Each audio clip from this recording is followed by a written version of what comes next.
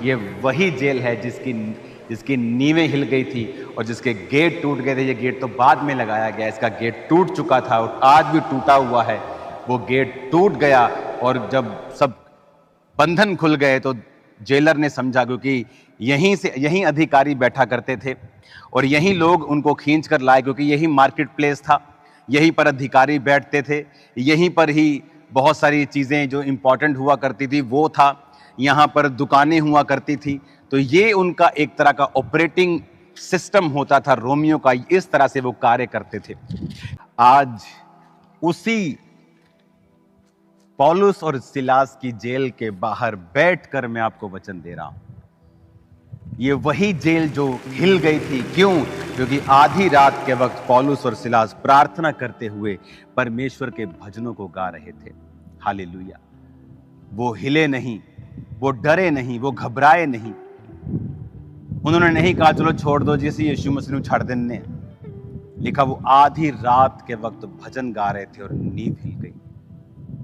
परमेश्वर जिस काम के लिए उनको यहां पर यूरोप में लेके आया, और अभी नियापुलिस में आए ही थे और उसके बाद कवाला में आके आए थे और उसके बाद फिलिप्पी में आकर उन्होंने अभी कुछ ही लोगों को बपतिस्मा दिया और यहाँ पर वो घूम घूम कर प्रचार कर रहे थे। और फिर किसी ने उनकी शिकायत कर दी। जब वो दुष्ट आत्मा को पौलुस ने निकाल दिया, वो यहाँ मेरे पीछे लाए गए, यहाँ उनको बैंतें मारी गई और इसी जेल में डाल दिया गया।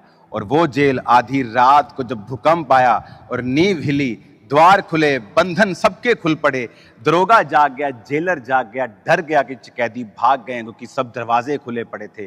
पौलुस ने कहा हम भागे नहीं, हम यहीं पे हैं। उस जेलर ने परमेश्वर का वचन सुना। उस जेलर ने पूरे घराने समेत, इसी जगह के जेलर ने पूरे घराने समेत बपतिस्मा लिया और अपना जीवन परमेश्वर को दिया। उनके रोगों के, उसके जो घाव थे उस पर उसने पानी तेल लगाया, उनसे माफ़ी मांगी और आनंद किया परमेश्वर में। आमीन। अगर पौलुस उससे नफरत करता उस जेलर से, तो वो उसको वचन कैसे देता? अगर पौलुस दुख में परमेश्वर को श्रापित करता तो बंधन इस जेल के कैसे खुल जाते? चर्च, ये जेल हमें दिखाती है एक विक्ट्री की, ये निशानी है, एक जीत की निशानी है कि दुनिया की कोई ताकत आपको रोक नहीं सकती जब परमेश्वर का कलाम, जब परमेश्वर की योजना आपके जीवन के